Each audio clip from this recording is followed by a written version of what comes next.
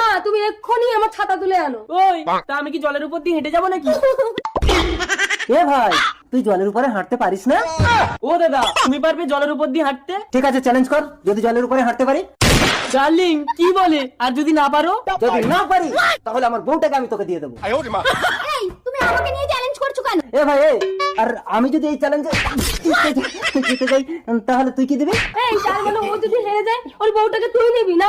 এক মিনিট, আসলে কার বউ কে নেবে সেটা তো চ্যালেঞ্জের পরেই বোঝা যাবে। এই যে, তার মানে তুমি যদি জলের উপরে হাঁটতে পারো তাহলে ওর বউটা তুমি নেবে? আরে ওটা তো খেলায় জেতা ট্রফির মতো বাড়িতে সাজিয়ে রাখবো। ওকে, খেলা শুরু। নাও জলের উপরে হাঁটো। ঠিক আছে, দেখ এখন আমি জলের উপরে হাঁটবো। ডার্লিং এ তো জলের উপরেই হাঁটছে। না, বউ তুমি চ্যালেঞ্জ করার সাথে মিটেছে তো?